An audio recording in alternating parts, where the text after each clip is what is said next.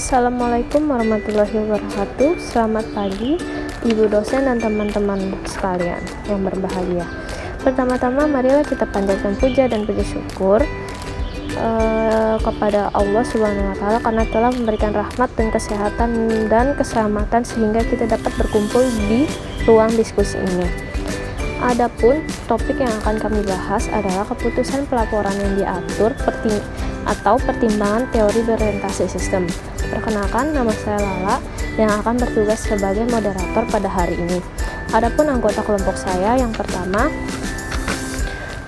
ada Indria Prilia sebagai pemateri pertama, yang kedua ada Hairunisa sebagai pemateri ketiga, dan selanjutnya ada saya sendiri Lala Selvia sebagai pemateri keempat, dan yang terakhir ada Liliani Fitri Arifin sebagai pemateri kedua.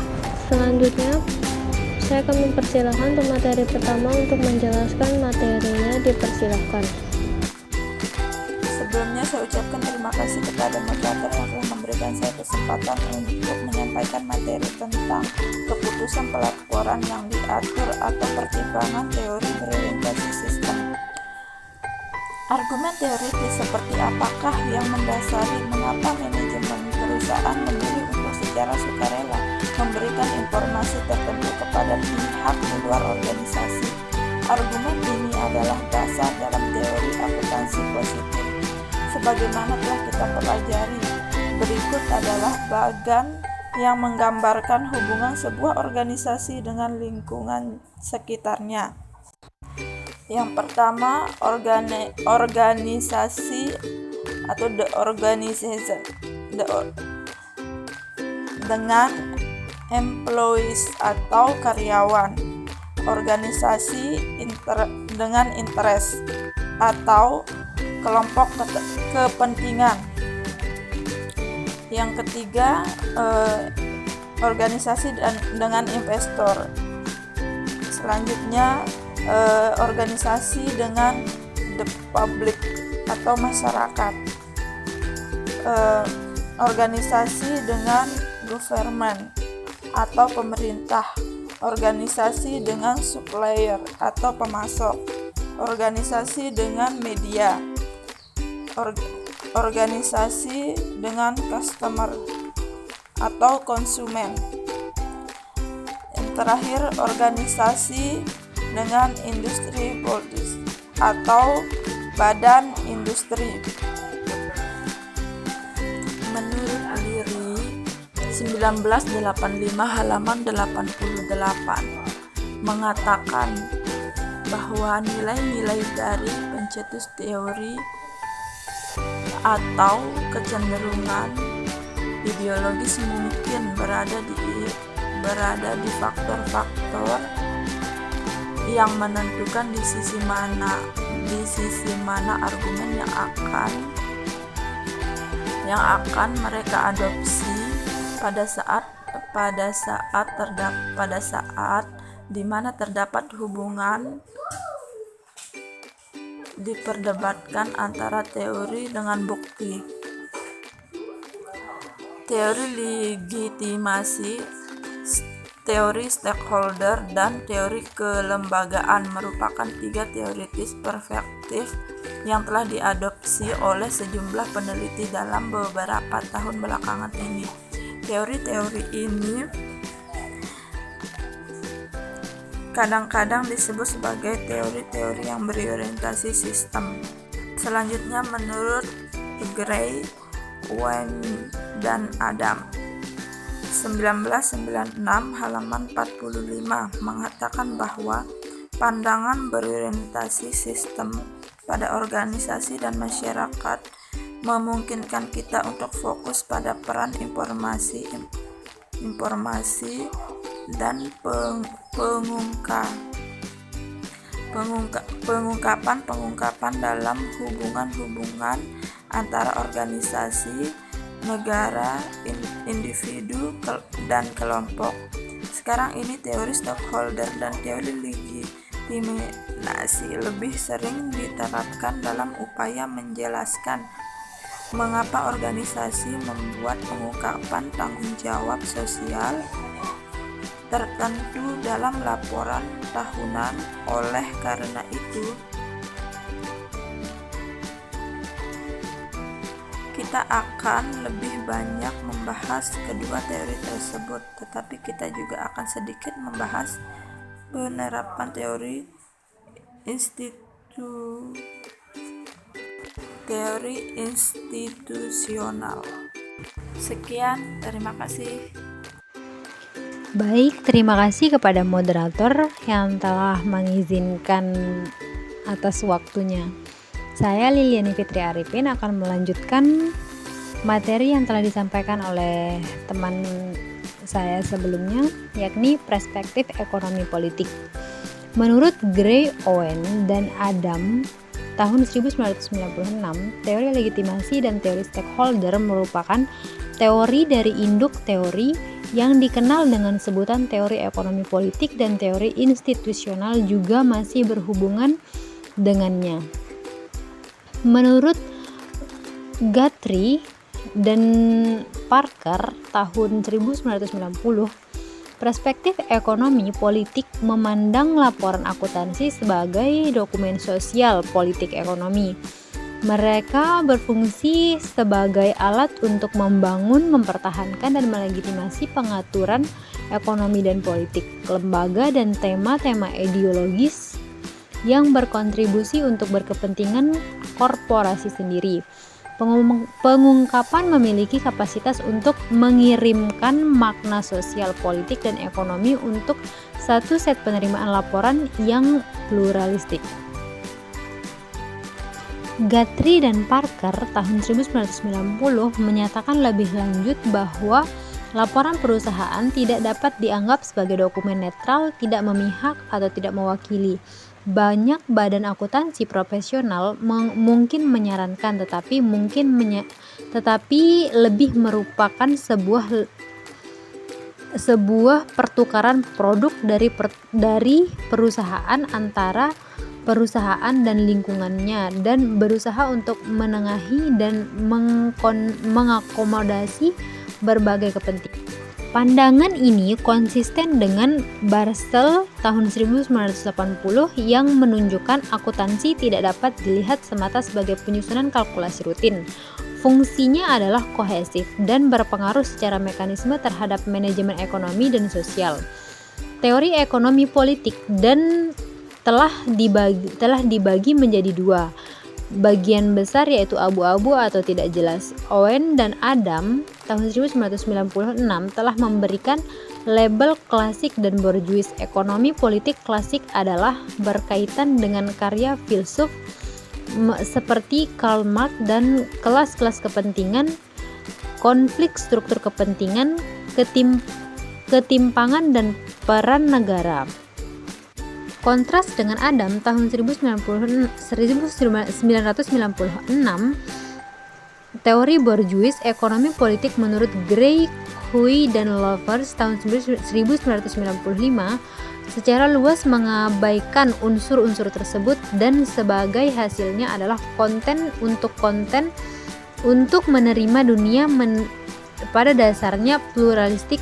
Hal ini yang melahirkan teori legitimasi dan stakeholder. Legitimasi teori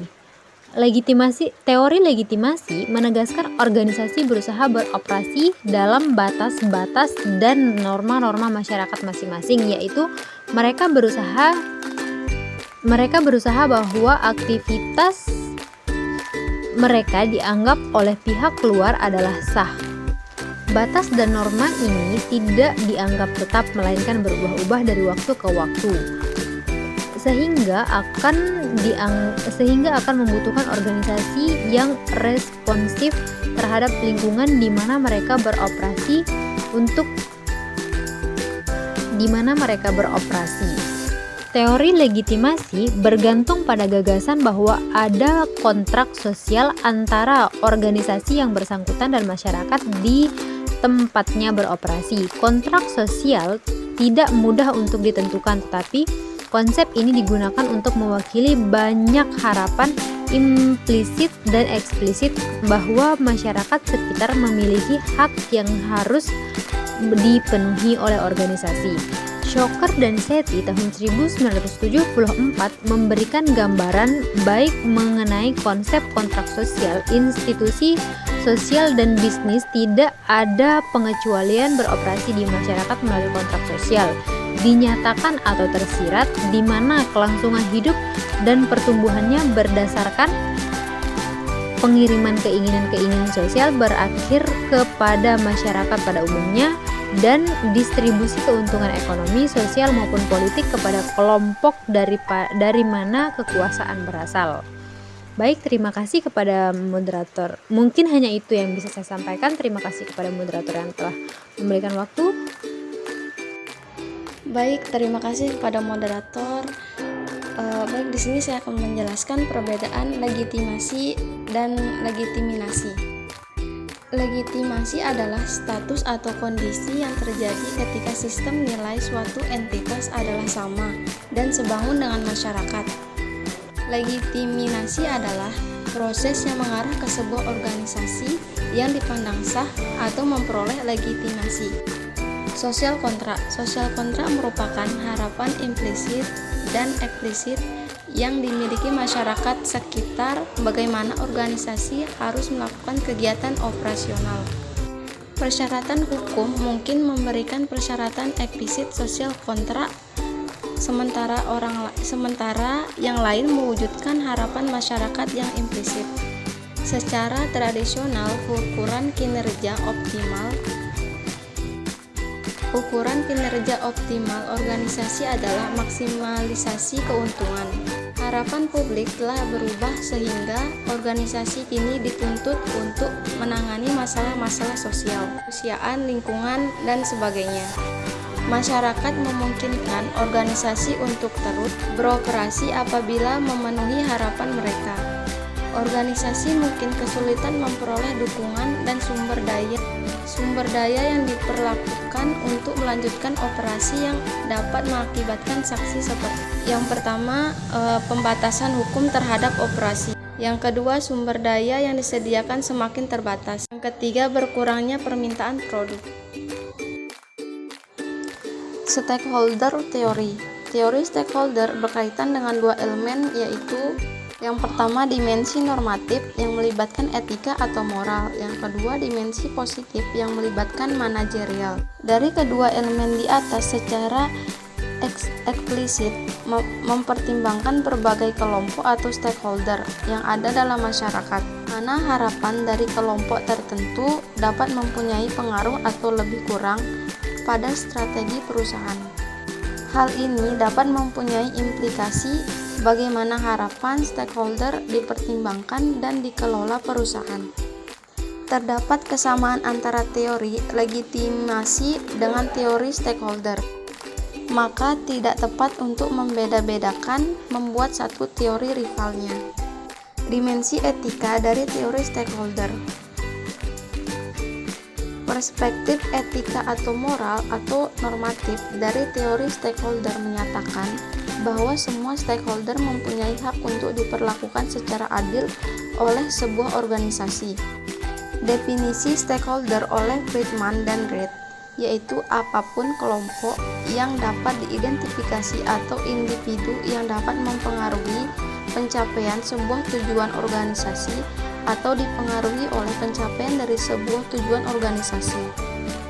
Clearson membagi stakeholder ke dalam stakeholder utama atau primer dan stakeholder pendukung atau sekunder.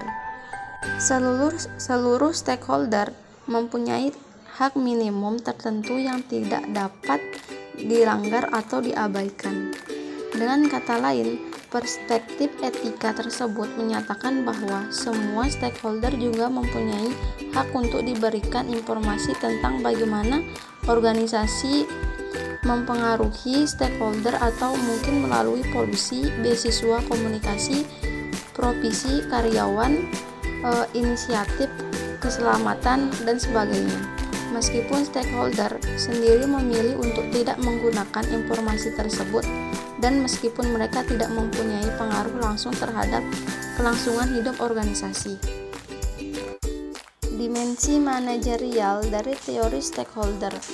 Ada 5. Yang pertama, berusaha untuk menjelaskan kapan manajemen perusahaan mungkin akan menghadapi keinginan sebagian stakeholder. Yang kedua, stakeholder diidentifikasi dengan mengacu pada sejauh mana organisasi yakin bahwa interaksi setiap kelompok perlu dikelola untuk kepentingan organisasi. Yang ketiga, teori dapat diuji melalui observasi empiris, tidak seperti dimensi etik yang normatif.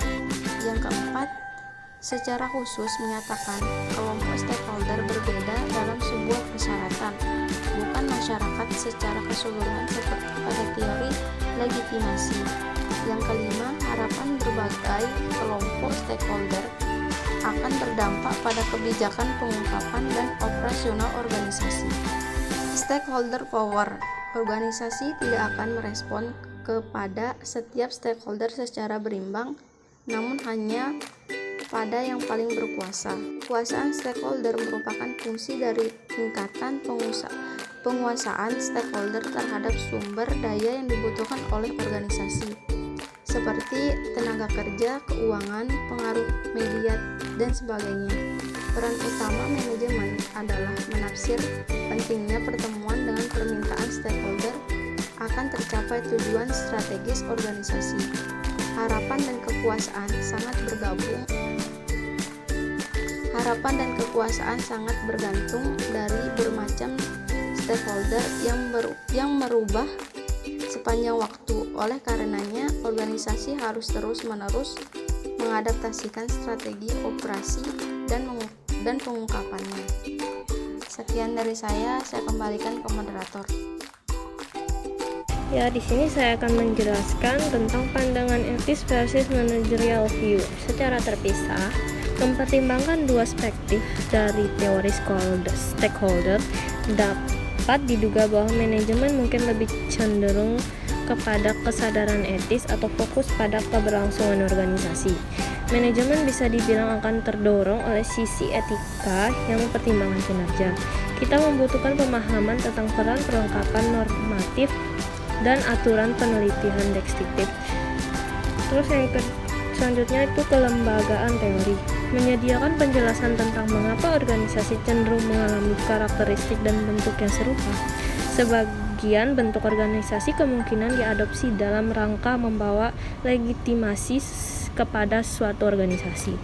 Organisasi menyelaraskan diri karena mereka dihadiahkan untuk melakukan hal serupa selama terjadinya peningkatan legitimasi, sumber daya, dan kemampuan bertahan. Menyediakan sebuah perspektif yang melengkapi teori legitimasi dan teori stakeholder.